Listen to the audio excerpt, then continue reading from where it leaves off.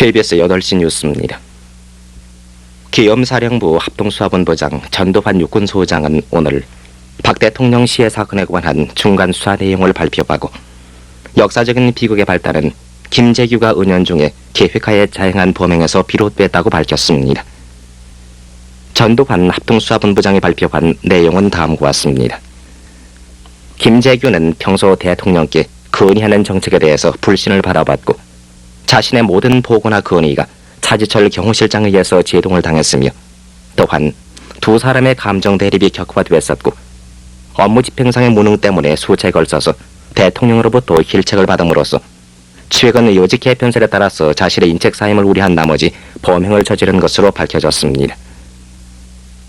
김재규는 10월 26일 오후 4시 30분경에 차 경호실장으로부터 대통령께서 중앙정보부 식당에 가실 것이라는 연락을 받고 만찬을 준비해서 오후 6시 20분경부터 대통령, 김 비서실장, 차 경호실장과 동석한 가운데 만찬을 나누면서 대화하던 중에 차 경호실장과 업무에 관한 심한 의견 충돌로 사전 계획대로 박 대통령과 차 실장을 시해키로 결심하고 오후 6시 50분쯤에는 식당을 나와서 중정의전과장 박선호, 정보부장 수행비서관 박흥주에게 내가 오늘 해치울 테니 실내에서 총소리가 나면은 밖에 있는 경호실 경호관들을 해치우라는 임무를 부여했습니다. 그 후에 2층 집무실로 올라가서 보관 중이던 권총을 허리에 꽂고 다시 식당으로 돌아와서 동석하자 차 실장이 오만불손하게 업무 집행의 무능력을 비난하는 것을 듣고 있다가 오후 7시 30분쯤에 다시 식당 밖으로 나와서 박선호를 불러서 준비 완료를 확인한 후에 오후 7시 30분쯤에 다시 식당으로 들어가서 권총으로 차지철 경호실장을 향해서 욕설을 퍼부으면서 한 발을 발사하고 다시 한 발을 대통령에게 발사하고 나서 또다시 대통령과 차 실장을 향해서 각각 2발씩을 발사했습니다. 총성이 나자 박흥주와 박선호, 중정부장 경호원 이기주, 유성욱, 김태원 등은 두 계조로 나누어서 주방에 있던 경호실 경호원 김용태와 김용서를 사살하고 박성범에게 중상을 입혔으며 박선호는 김태원과 같이 경호처장 정인형, 경호과장 안재송을 사살함으로써 현장에 있던 대통령 경호원을 사살했습니다. 김재규가 사용한 총은 389경 리볼바이고 중앙정보부 직원들이 사용한 권총도 389경이며 김태원만은 M16을 사용했습니다. 그런데 동석했던 비서실장으로부터 이 전모를 제보받은 기엄사령관 정성화 대장은 즉시 범인 김재규를 구속 수사하도록 지시해서 합동수사본부에서 연행해서 계속 주의사항을 수사하고 있습니다. 현재 구속 수사 중에 있는 사람은 전 중앙정보부장 김재규, 수행비서관 박흥주, 중정의전과장 박선호, 중정의전과장 운전수 유성욱, 중정비서실 경비원 이기주, 중정병비원 김태원 등 6명입니다. 전두환 합동수사본부장은 이외에 다른 인원도 연행해서 철저히 조사하고 있으므로 그 전모가 밝혀지는 대로 추가 발표한다고 밝혔습니다. 한편 외무부는 오늘 오후에 고 박정희 대통령 시해 사건의 중간 수사 결과 발표 내용을 전 재배공관에 공문으로 보내고 주재국 정부에 알리도록 하라고 훈령했습니다. 존 A. 위컴 한미연합사령관은 오늘 오후에 최기화 대통령 권한 대행에게 서한을 보내서 한미연합사령부의 모든 장병은 대한민국의 국가적 슬픔의 시기에 한국의 안보에 대한 전적인 헌신적 기여를 재확인한다고 말했습니다. 위컴 대장은 박정희 대통령이 그처럼 사랑했고 훌륭하게 이끌어온 한국에 남긴 유업은 탁월한 것으로서 한국 역사에 길이 남을 것이라고 말했습니다. 위컴 사령관은 카터 미국 대통령은 대한민국 안보에 대한 미국의 확고부동한 공약을 다시 확인했음을 상기시키면서 자신은 최기화 대통령 권한 대행과 대한민국 국민에게 여한 도발 사태 발행에도 한미연합사령부는 대한민국을 방어할 것임을 거듭 다짐한다고 말했습니다. 육사 생도인 영식 지만군 등 3자녀와 친척들이 지켜보는 가운데 대рем을 마친 데 이어서 오늘 새벽 1시 반에 입건됐습니다. 청와대 소접견실에서 대통령의 유해가 입건되는 동안에 세 자녀와 김종필 전 국무총리, 유긴수 의원 등 가까운 친척과 신현왁 부총리, 최각교 상공부 장관 등 강요와 박준규, 태완선, 신형식, 현오봉 의원 등 여당 고위관도와 대통령 특별보좌관, 청와대 수석 비서관 등이 참관했습니다. 입건에 사용된 관은 검은 오칠을 한 춘향목으로 만들어진 것이었습니다. 입관에 이어서 대통령의 유해가 청와대 소접견실에서 대접견실로 옮겨진 다음에 대접견실의 새 빈소에는 영식 지만생도 제주 제사가 진행되었습니다. 제주 제사가 진행되는 동안에 직계 비속들은 냉정을 잃지 않으려 했으나 끓어오르는 슬픔을 가누지 못하는 듯 계속 고열했습니다. 오늘 오전 9시부터 조문이 시작돼서 최기화 대통령 권한대행 내외와 신두영 감사원장, 백두진 국회의장 내외, 그리고 공화당과 유정회 의원 등이 차례로 분양했습니다. 흰 소복 차림의 큰형에는 오전 9시 반께 다시 대접견실의 빈소로 내려와서 분양하면서 슬픔을 가누지 못하는 듯 한동안 빈소를 떠나지 않았습니다.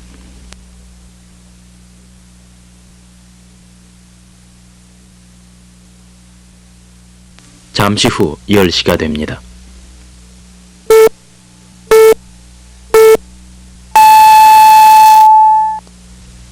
(10시) 뉴스입니다. 계엄사령부 합동수사본부는 오늘 오후 3시 대통령 시해 사건에 대한 2차 중간 수사 결과를 발표했습니다. 합동수사본부의 발표는 다음과 같습니다. 계엄사령부 합동수사본부는 지난 28일에 발표한 바와 같이 김재규 일당을 긴급 구속해 철야 신문을 하고 있고, 또한 시해 현장에 있었던 김기원 비서실장을 10월 27일 연행해 범행의 관련 여부를 집중 수사 중이다. 합동수사본부는 이 이외에 관련 혐의자 다수의 난도 연행, 그 관련 여부를 철저히 수사 중이며 그 전모가 밝혀지는 대로 추가 발표할 방침입니다. 이상은 계엄사령부 합동수사본부가 오늘 발표한 대통령 시해 사건에 대한 2차 수사 결과 발표 내용입니다. 한편 합동수사본부는 발표와 동시에 수사를 받고 있는 김재규와 김계원 비서실장의 사진도 공개했습니다. 정부는 오늘 날짜로 김계원 대통령 비서실장을 해임했다고 서기원 공보비서관이 발표했습니다. 최기화 대통령 권한대행은 오늘 중앙정보부장 서리에 육군참모차장 이희성 육군총장을 임명했다고 서기원 공보비서관이 발표했습니다.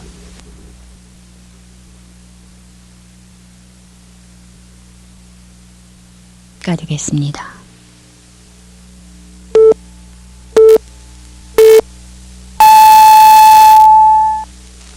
KBS의 한시 뉴스입니다. 고 박정희 대통령 국장 장의위원회 위원장인 최규하 대통령 권한대행은 고 박정희 대통령의 국장을 오는 11월 3일 거행한다고 오늘 공고했습니다. 이에 따라서 고 박정희 대통령 국장의 발의는 오는 11월 3일 오전 9시 청와대에서, 그리고 연결식은 오전 10시에 중앙청에서 각각 거행되며 안장식은 오후 2시 국립묘지에서 엄수됩니다.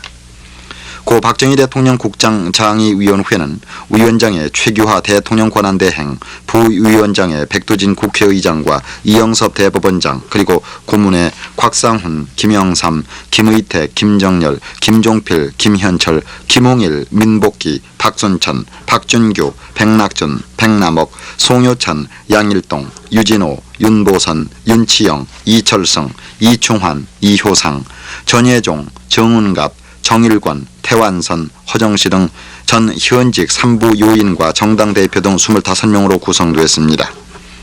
그리고 장의위원회는 656명이 위촉됐으며 집행위원장의 신인학 부총리가 집행위원회는 의전의 박동준 외무부 장관, 재정의 김원기 재무부 장관, 경호의 구자춘 내무부 장관, 치안의 노재현 국방부 장관, 홍보의 김성진 문화공보부 장관, 총무의 최퇴건 총무처 차관 등이 각각 위촉됐습니다. 고 박정희 대통령장의 집행위원회는 국장에 따르는 세부 계획을 오늘 오후에 확정 발표할 예정입니다. 후에 9시를 알려드리겠습니다.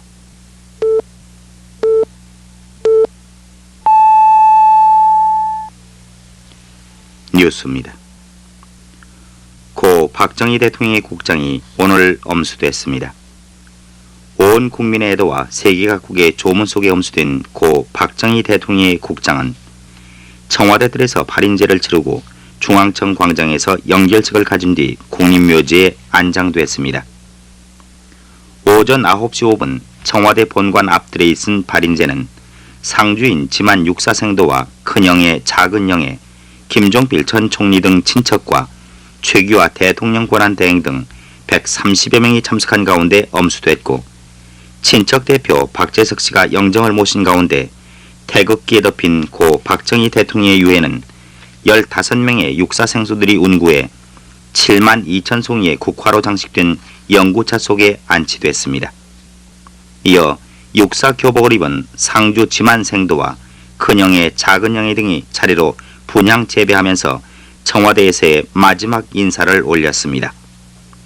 고 박정희 대통령의 영정과 무궁화 대훈장, 건국훈장, 대한민국장, 태극 무공훈장이 봉환된 대형 영구차는 15년 10개월 16일 동안 정들었던 청와대를 말없이 떠나 영결식장으로 향했습니다. 오전 9시 25분 영구차는 청와대 정문을 나섰고, 영구차가 영결식장으로 가는 동안 고인의 나이대로 62발의 조포가 울렸고, 경복궁 돌담길에서 중앙청 앞까지 모여든 남녀노소 시민들은 마지막 가시는 박 대통령의 유해를 애도와 통곡으로 전송했습니다. 영구차가 중앙청으로 향하는 동안 새 유자는 북받쳐 오르는 슬픔을 애써 자제하는 듯 보였고, 친척과 장의위원들이 말없이 고인의 뒤를 따랐습니다. 오전 9시 50분 3군 군악대의 조악 영영한 휴식을 이라는 곡이 울려 퍼지는 가운데 고인의 영정을 모신 무게차를 선두로 영구차가 중앙청 영결식장에 도착하자 펜스 미 국무장관 등 세계 각국의 조문 사절과 각계 인사들은 일제히 일어서서 운구 행렬을 맞았습니다. 영결식은 오전 10시 정각 애국가가 연주되는 가운데 국기에 대한 경례와 전국에서 일제히 사이렌이 울린 가운데 전국의 국민이 일제히 묵념을 올리며 고인의 영생을 기원했습니다. 장희 집행위원장 신현학 부총리가 약 15분 동안 고인의 양력을 보고하고, 최규하 대통령 권한대행은 건국훈장 대한민국장을 고인의 영정에 추정했습니다. 최규하 대통령 권한대행은 조사를 통해 이만큼 나라가 세계 속의 한국으로 부각되고 나라의 진운이 일취월장함을 창조하신 박 대통령께서는 결의와 함께 영원히 불멸할 것이라고 강조하고, 우리는 불의의 영도자를 잃은 비상사태에 처해 슬기롭게 이 난국을 헤쳐나갈 것이라고 다짐했습니다. 이어 윤구암 종정의 법어와 독경, 김수환 추기경의 고별 축도, 강신명 목사의 기도 등 종교의식이 진행된 다음 고인의 육성이 방송되자 영결식장은 숙연한 분위기가 감돌았습니다. 영결식은 상주인 지만 육사생도와 그은의 근영 두 영예가 흰 국화꽃 한 송이씩을 아버님 영전에 바치고, 최규하 대통령 권한대행과 백두진 국회의장, 이영섭 대법원장, 그리고 친척과 세계 각국에서 온 조문사절 등 2,300여 명의 조문객이 차례로 분향했습니다. 헌화가 진행되는 동안 교향악단과 합창단이 조곡과 조가를 연주 합창해 영결식장은 무거운 슬픔 속에 휩싸였습니다. 이어 3군 조총대가 조총 21발을 쏜 뒤 2시간 2분 만인 12시 2분경 영결식은 끝났습니다. 낮 12시 19분경 영정차를 앞세우고 세 자녀를 태운 고인의 영구차는 사관생도들의 호의를 받으며 유경수 영부인 곁에 영원히 잠들기 위해 동작동 국립묘지로 향했습니다. 중앙청 광장에서 영경책을 마친 고인의 유해는 친척과 장의위원 등이 뒤를 따랐고, 연도를 메운 200만 인파의 통곡을 뒤로 한 채 광화문과 서울역을 거쳐 동작동 국립묘지로 운구됐습니다. 고 박정희 대통령의 유해는 오후 1시 40분쯤 국립묘지에 도착했습니다. 오후 2시경부터 시작된 안장식은 조례포가 울리는 가운데 고인에 대한 경례와 이상순 스님, 윤공희 대주교, 김혜득 목사의 종교의식 등으로 치루어졌습니다. 상주 지만생도와 근의 근영양, 그리고 유족 대표와 장의위원, 청와대 직원 등이 차례로 고인에게 헌화했습니다.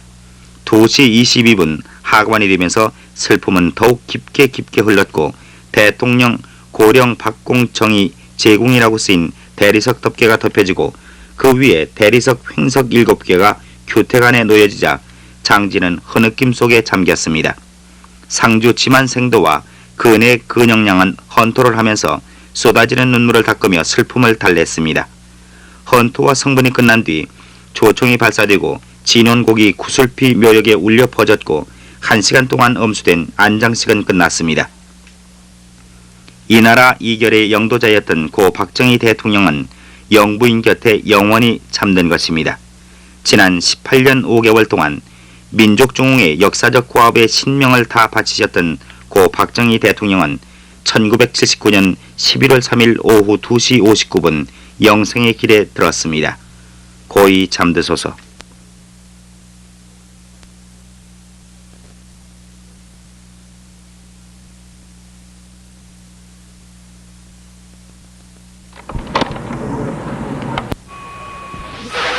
밝은 방송 알찬 내용 희망의 소리 KBS가 잠시 후에 7시를 알려드립니다. 제1방송입니다. HLKA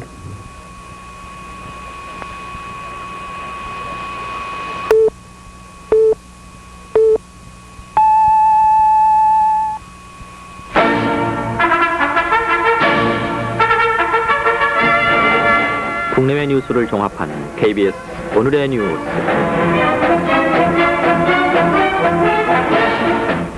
최기화 대통령 권한대행은 내일 오전 시국에 대한 담화를 발표합니다. 박 대통령 시해 사건의 현장 검증이 지난 7일 오전 사건 현장인 서울시내 종로구 궁정동에서 있었습니다. 계엄사령부는 오늘 계엄포고 제6호를 발표하고 대학 휴교 조치 가운데 일부를 해제했습니다. 필리핀에서 외교 반도들에게 납치됐던 한일개발 신피로시가 열 하루 만에 석방됐습니다. 정부는 당초 82년까지 가정용 전력을 220볼트로 올려 공급하려는 계획을 받고 전기를 쓰는 사람의 편의에 따라 100볼트나 220볼트를 골라 쓸 수 있도록 했습니다. 이상 이 시간 주요 뉴스입니다.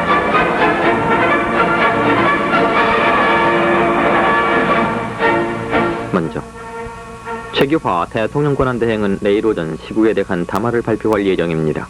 서기원 공보비서관은 최규화 대통령 권한대행이 내일 오전 9시 반 중앙청 제1회의실에서 시국에 대한 담화를 발표할 것이라고 오늘 오후 발표했습니다. KBS 라디오와 텔레비전은 내일 오전 9시 반부터 중앙청에서 최규화 대통령 권한대행의 담화 발표를 중계 방송해드릴 예정입니다. 박 대통령 시해 사건 현장 검증이 사건 발생 12일 만인 지난 7일 오전 비극의 사건 현장인 서울 종로구 궁정동 중정식당에서 있었습니다. 현장 검증 소식을 사회문화부 김광석 기자가 전해드립니다.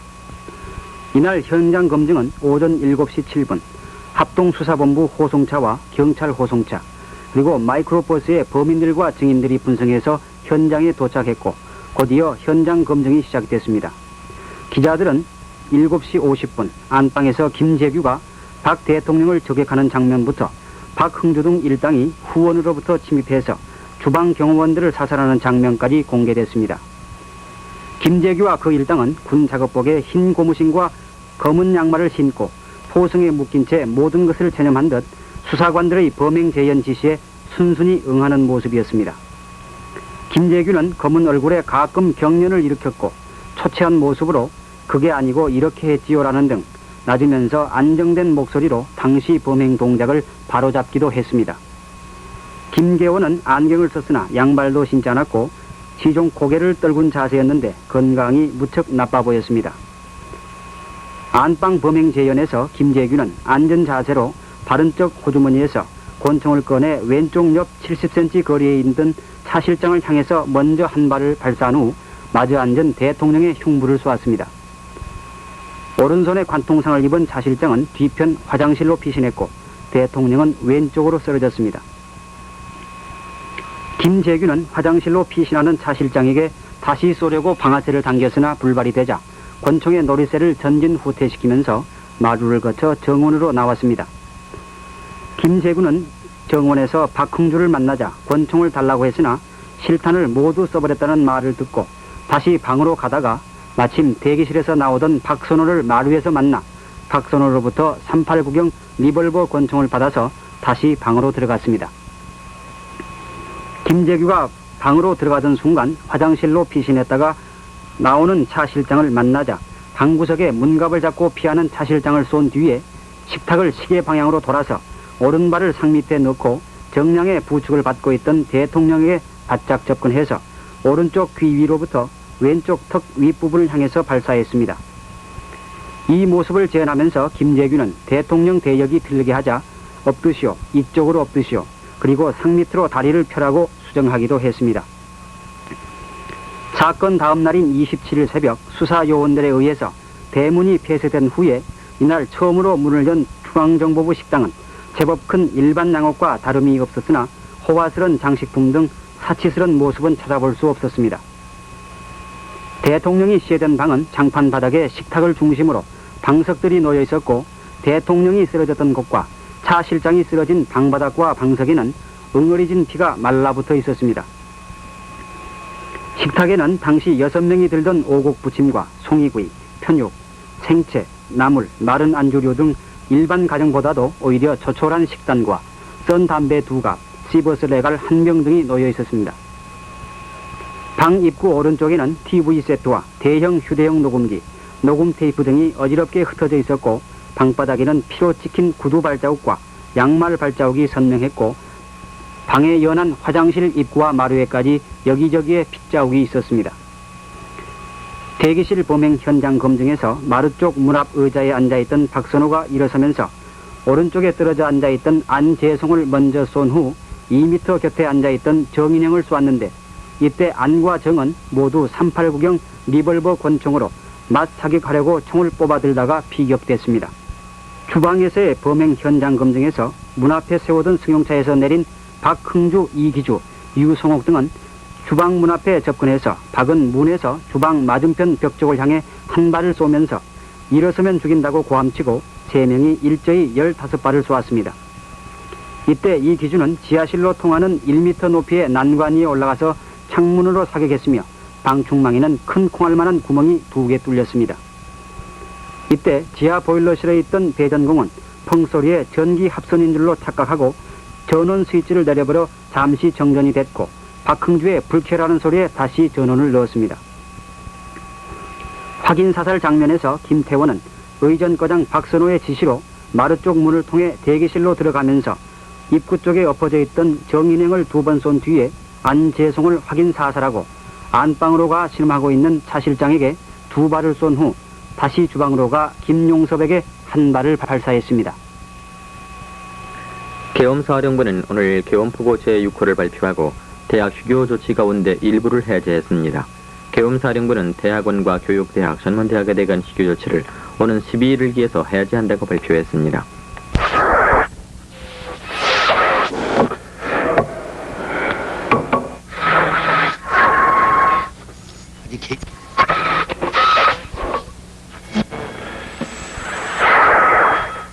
샴푸, 동산유제 비바리 샴푸가 잠시 후에 9시 30분을 알려드리겠습니다. 6일 졸지에 박 대통령각에서 서거하심의 점에서 전 국민이 애도하는 가운데 지난 11월 3일 국장을 무사히 엄수하게 된 데 대해서 국민 여러분들께서 협조와 그리고 질서를 지켜주신 데 대해서 이 기회에 먼저 감사의 말씀을 드리고자 합니다.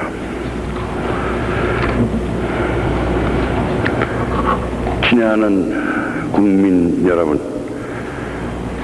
본인은 대통령 권한 대행으로서 지금 우리나라가 직면하고 있는 내외 정세를 개관하고 당면한 국정의 기본 방향에 관하여 말씀드리고자 합니다.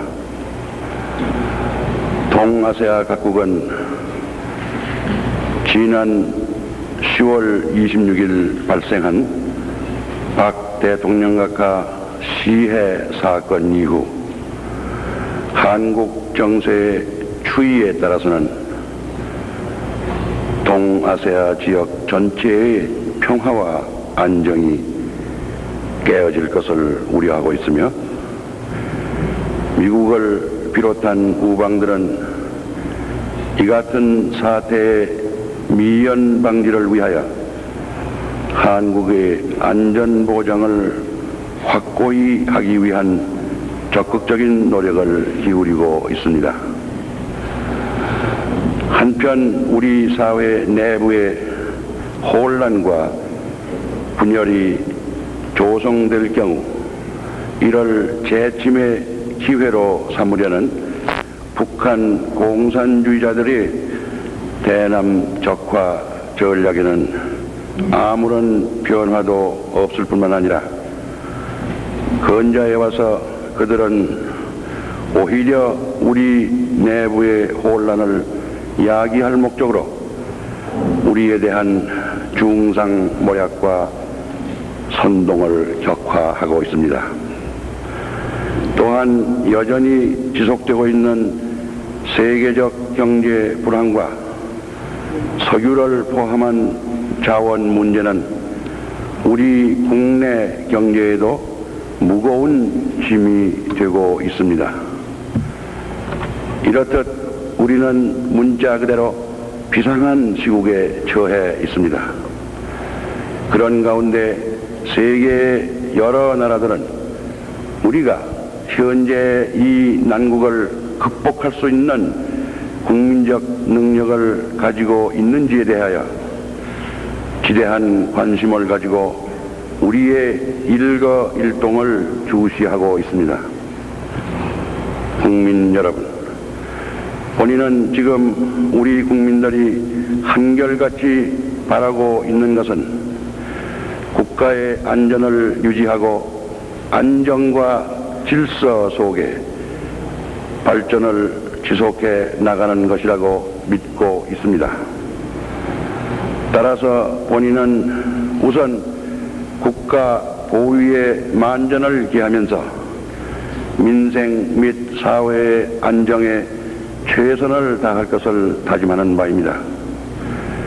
국방태세를 공고히 하여 전쟁 재발을 방지하고 치안을 확보하여 모든 국민들이 안심하고 자기 직분에 충실할 수 있도록 최대의 노력을 기울여 나가겠습니다. 대외 정책에 있어서는 우방들과의 기존 우호 협력 관계를 심화해 나가겠으며 우리와 이념과 체제를 달리하는 국가들에 대하여도 상호주의 원칙하에 문호 개방 정책을 추구해 나갈 것입니다. 그리고 민생에 불안이 없도록 경제의 안정적 성장을 위한 제반 경제 시책을 계속 추진해 나갈 것입니다. 국민 여러분께서도 사회 혼란이 일어날 경우 이는 북한 공산주의자들의 재침을 자초하게 될지도 모른다는 것을 각별히 명심하시고 매사에 상호 자제 있으시기를 간곡히 당부해 마지 않습니다. 한편 우리나라는 지난날 온갖 시련을 극복하면서 국력 배양에 힘써온 결과 경제, 사회 면에서 괄목할 만한 성장을 이룩한 것이 사실입니다. 따라서 지금 우리는 이러한 경제, 사회적 성장에 상응하여 정치적 발전도 도모해 나가야 할 때라고 생각합니다. 이것은 우리 국민 대다수가 원하고 있는 바라고 본인은 알고 있습니다. 이렇게 볼 때 지금이야말로 가장 중요하고도 어려운 시점이라 하지 않을 수 없습니다. 우리나라는 모든 면에서 안정과 발전을 지속할 수 있느냐 아니면 혼란과 퇴보의 나락으로 떨어지고 마느냐 하는 중대한 기로에 서 있다고 하여도 과언이 아닐 것입니다. 그러므로 우리는 순실하도 헌정과 국법 질서가 문란해지는 일이 없도록 해야 하겠으며 안정을 해치지 않고 정치적 발전을 이룩할 수 있도록 현명하게 대처해 나가야 한다고 본인은 강조하는 바입니다. 이러한 국가적 관점에서 볼 때 헌법 문제를 포함한 정치적 발전 문제는 신중하고도 진지한 연구와 검토를 거쳐 합헌적 절차에 따라 질서정연하게 다루어져야만 된다고 하는 지극히 당연한 결론에 도달하게 됩니다.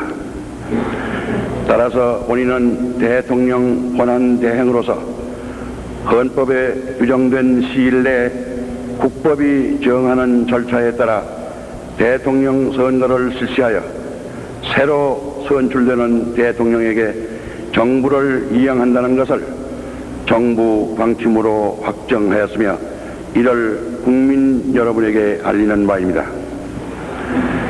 그리고 이 기회를 빌어 헌법 문제에 관한 본인의 의견을 개진한다면 새로 선출되는 대통령은 현행 헌법에 규정된 잔여 임기를 채우지 않고 현실적으로 가능한 빠른 기간 내에 각계 각층의 의견을 광범하게 들어서 헌법을 개정하고 그 헌법에 따라 선거를 실시해야 한다는 것입니다.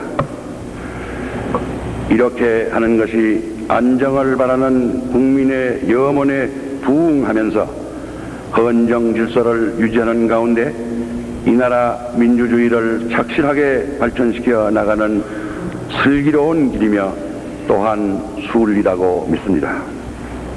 친애하는 국민 여러분, 우리 다 같이 평화와 안정과 발전을 바라는 충정으로 헌정 중단이라는 불행을 방지하고 상호 신뢰와 자제 화합으로 이 난국을 극복해 나갑시다.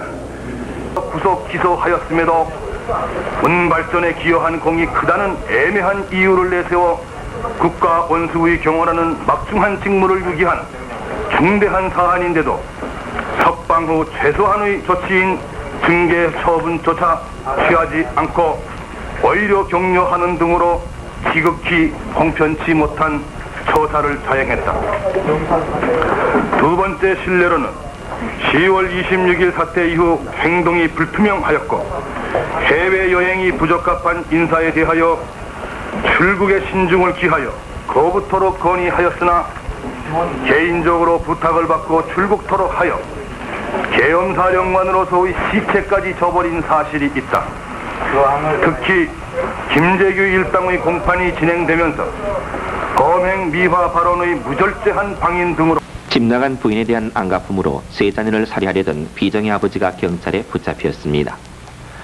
오늘 서울 영등포 경찰서에 비속 살인 미수 혐의로 붙잡힌 사람은 충청북도 영동군 영동읍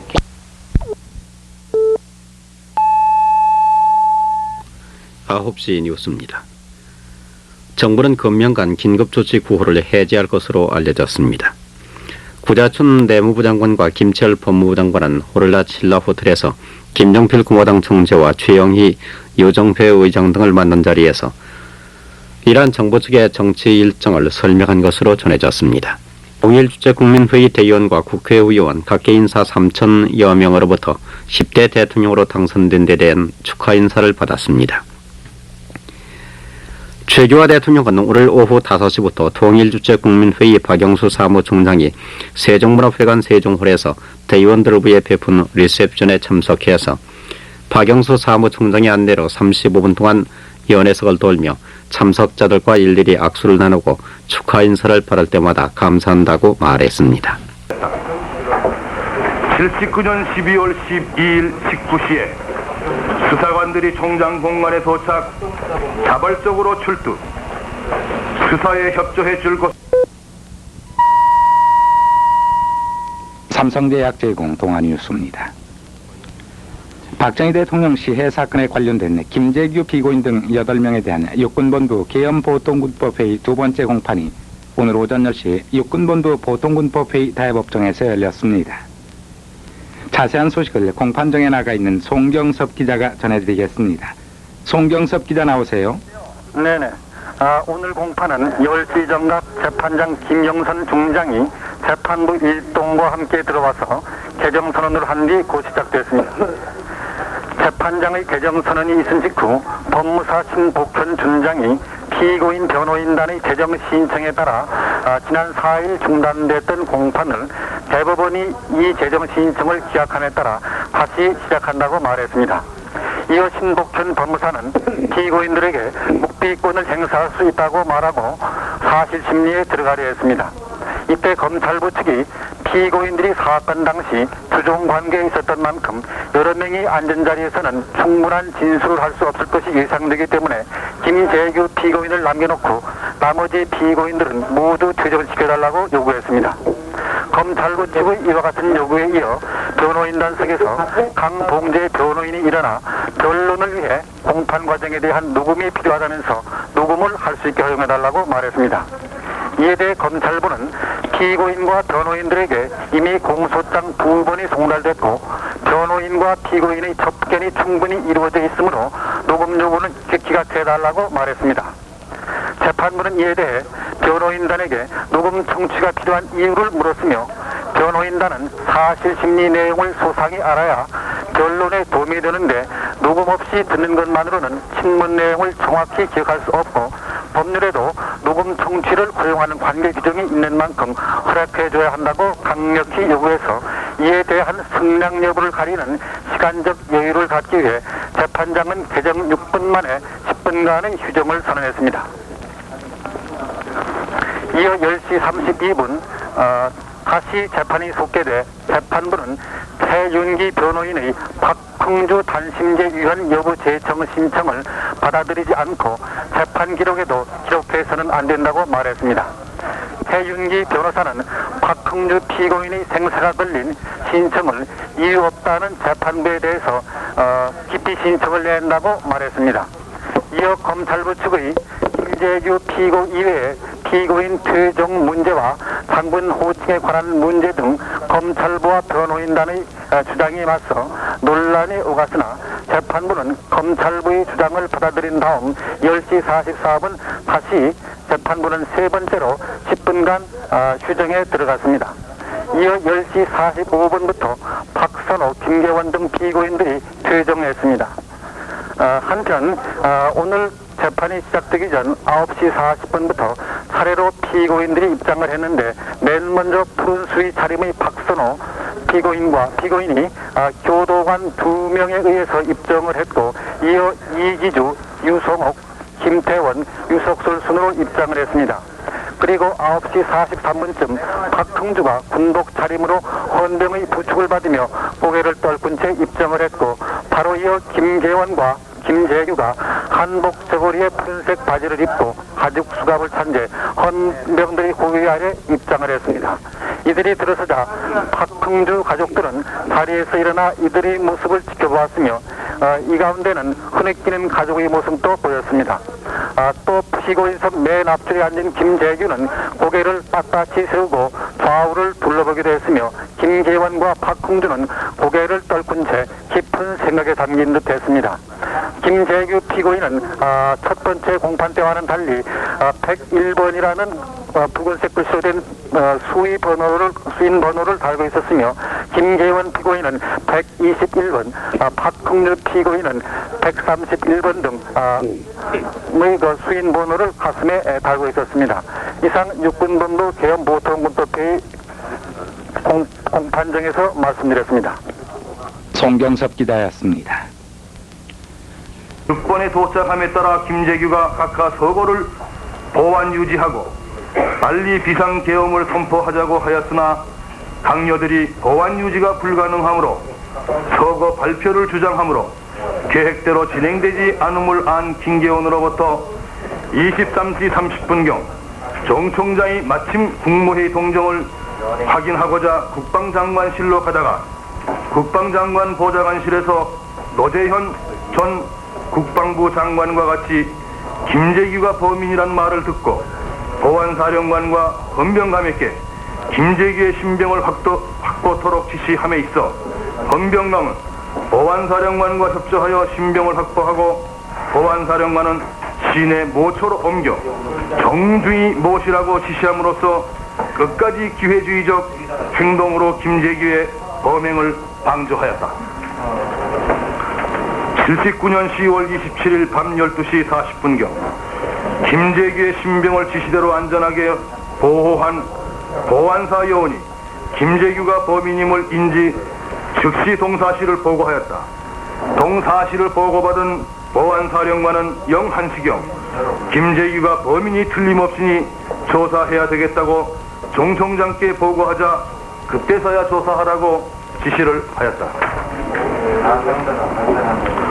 이건영 전 3군 사령관 김재규와는 61년 육군대학 교관 재직 시에 부총장인 김을 알게 된 이래 76년 12월 중전부장으로 부임하면서 본명이 제1차장보 겸 제2차장으로 발탁되어 중정업무 전반을 장악하는 2인자로서 신복관계가 형성되었으며 78년 10월 이후 김의 역량으로 육군 참모차장을 거쳐 상군사령관으로 승진하여 명실공히 전투병력을 지휘하는 야전사령관직에 있으면서 김재규가 거사시 동조자로 이용할 의도 아래 환심을 사기 위해 제공하는 거액을 2차에 걸쳐 수수한 것을 비롯 거사 직전인 79년 10월에도 또 한 차례 거액을 수수하였고 김재규의 관련 혐의 사항에 대하여 조사코다 하던 중에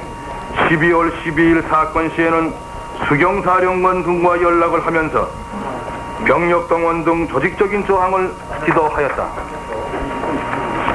정병주 전 특전사령관 김재규와는 안동농림학교 선후배 관계로 김이 사단장 재직 시 정의 참모장 연대장으로 보직을 역임하는 등 군 복무시부터 친근하게 지내오다가 김재규가 건설부 장관, 중정차장 시에도 수시 접촉하고 75년부터는 인간관계를 더욱 공고히 하기 위해 지원하는 금품을 매월 정기적으로 받아왔고 78년 9월경 부대에 필요로 하는 정보장비 구입비 명목으로 5천만 원 상당을 비정상적으로 지원받아 추종자로서의 관계를 굳히고 79년 10월 김재규가 유사시 동조가담 세력으로 활용하기 위해 지원하는 거액을 받는 등 추정관계가 있는 자로서 김재규와 관련 혐의 사항에 대하여 조사하고자 하던 중 12월 12일 사건 시에는 전수경사령관 장태환, 합참본부장 문홍구 등과 긴밀한 연락을 하면서 조직적으로 병력을 출동시키는 등 저항을 자행했다. 문홍구 전 합참본부장 김재기와는 68년 11월 보안사령관 시 참모장으로 발탁된 것을 계기로 밀접한 관계가 이루어졌고 69년 12월에는 김의 역량으로 일사단장에 임명되는 등 추정관계가 유지되어 왔던 자이며 그 후로도 수시 금품을 수수하였고 12월 12일 사건 시에는 수경사로 이동, 수경사령관 장태환과 같이 행동하면서 정병주 특전사령관 등 추정세력의 산악과 저항을 선동하였다.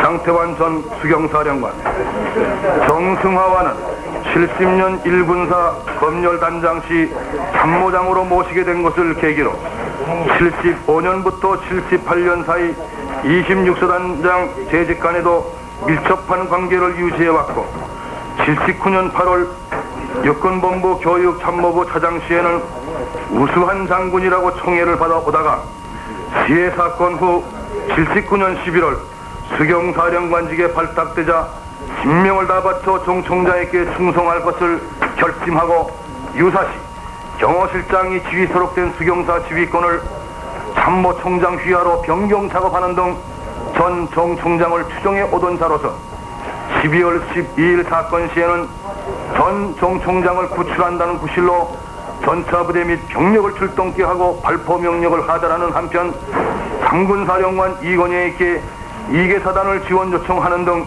조직적인 조항을 자행하였다. 이상과 같이 조사 결과에 의해 드러난 범행 내용과 정상에 따라 정승화 전 총장은 김재규의 내란 방조죄로 입건 위법 조치하고 추종 세력인 이건영, 문홍구, 정병주 장태환은 죄상에 따라 각각 적의 처리할 방침입니다. 당일 사상자 총장 공간 및 국방부 청사에서 발생한 충돌 사고로 말미암아 사망 3명, 중상 4명, 경상 16명 등 조합 23명의 사상자가 발생하였는데 이번 가려 중인 부상자 4명은 기퇴원하였고 자녀 인원도 곧 완쾌 퇴원할 것이다. 사망자는 특전사 소속 김소령, 합수 배석 헌병 박상병, 국방부 소속 정병장 등입니다. 당부의 말씀. 그동안 국민 여러분은 물론 해외에서까지 김재규의 범행에 대한 정승화 전 총장의 관련 여부를 둘러싸고 의혹과 억측이 분분하였고 이를 이용하여 일부 불순 분자들의 악의에 찬 국론 분열과 사회 혼란 획책이 있던 차에 범행 관련자들에 대한 죄상을 철저히 조사 규명하고 우려하던 군 내부의 전복 요소인 추종 분자들이 제거됨으로써 군의 안정과 단합이 급속히 이루어져 국가 보위 체제가 더 한층 공고하게 다져진 것을 우선 다행스럽게 생각합니다. 다만 일시소란으로 인하여 국민 여러분의 심려와 사상자가 발생한 데 대하여 심심한 유감의 뜻을 표하는 바입니다. 국민적 합의의 기틀을 두고 출범한 신정부의 정치 발전 계획이 착실히 진행되어야 하겠으며 지속적인 국가 경제 발전을 위한 기업 활동의 보호와 육성 속에서 다가올 경제적 난관을 극복할 수 있도록 우리 각자가 소신껏 맡은 바 소임에 충실함으로써 역사의 흐름 속에 숱한 난관을 극복해온 한민족의 기상을 다시 한번 발휘해 주시기 바랍니다. 이상 발표를 마치겠습니다. 감사합니다. 네, 이상 박 대통령 시해 사건과 12.12 사건과 관련해서 정승화 전 육군 참모총장에 대한 조사 결과를 국방부 대변인 박진수 국방부 대변인의 발표로 들으셨습니다. 마선 시국에 관한 특별 담화를 발표하자 그 내용이 유신 체제의 지속을 위한 것이라고 속단하고 통일주체국민회의 대의원에 의한 대통령 보선을 저지하기 위해서는 반정부 시위를 유도해야 한다는 전제 아래 대규모의 연합 집회를 열어서 성명서를 발표하고 결의문 재택 등을 모의했다는 것입니다. 이 발표는 또 비상계엄안에서는 불순한 집회가 허용되지 않는다는 점을 감안해서 가짜 신랑을 내세워 청첩장 500여 장을 돌린 뒤에 위장 결혼식을 갖고 불법 집회를 열었다고 밝혔습니다. 발표에 따르면 이들은 또 서울을 비롯한 전국 주요 도시에서 밤에 골기할 것을 선동하는 등 극단적으로 사회 혼란을 조성하려 했었다고 발표했습니다. 시민당은 뉴스 기상도 오비맥주 제1시당 해태주조 공동 최고 30층 건축자재와 설탕라면 우유 등 생활 필수품이 오늘과 내일을 기해서 오르고 택시와 고속버스 등 일부 교통요금이 오는 5일부터 일제히 오르게 됩니다. 정부가 발표한 철근 등 독과점 품목과 교통요금 인상 내용은 다음과 같습니다. 먼저 시멘트 40kg 한 부대에 1132원에서 1539원으로 36%, 판유리 상자당 8,379원에서 11,218원으로 33.9%, 철근 보통 규격이 톤당 182,580원에서 21만 2,850원으로 16.58%, 중후판 톤당 15만 3,577원에서 19만 6,785원으로 28.1%, 합판 두께 4mm 한 장의 공장도 가격이 2,278원에서 2,952원으로 29.6%, 설탕 15kg 한 포에 7,091원에서 8,341원으로 17.6%, 핵산 복합조미료 kg당 1,878원에서 2,254원으로 20%가 올랐습니다. 이 밖에 소다회 톤당 102,660원에서 148,803원으로 37.2%, 텔레비전 수상기 19인치의 경우 105,016원에서 108,285원으로 3.1%, 냉장고 용량 200리터짜리의 경우 226,079원에서 235,580원으로 6%, 승용차 포니 신형의 경우 255만 1,000원에서 269만 5천원으로 5.6%, 나일론 F4 파운드당 719원 16전에서 964원 52전으로 34.1%를 각각 올렸습니다. 정부는 또 내일부터 라면 120g 한 봉지에 70원에서 80원으로 14.2%, 조제 분유 450g 한 통에 1,050원에서 1,160원으로 10.5%, 원희도 킬로그램당 세계 최규하 대통령의 선서입니다. 내린 여러분께서는 자리에서 일어나 주시기 바랍니다.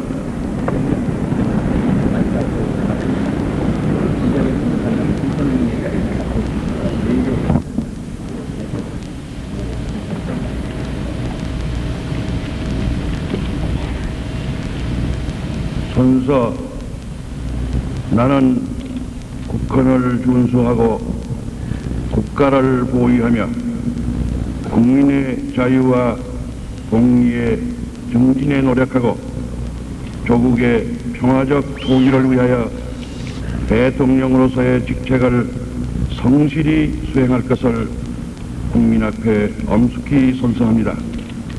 1979년 12월 21일 대통령 최규하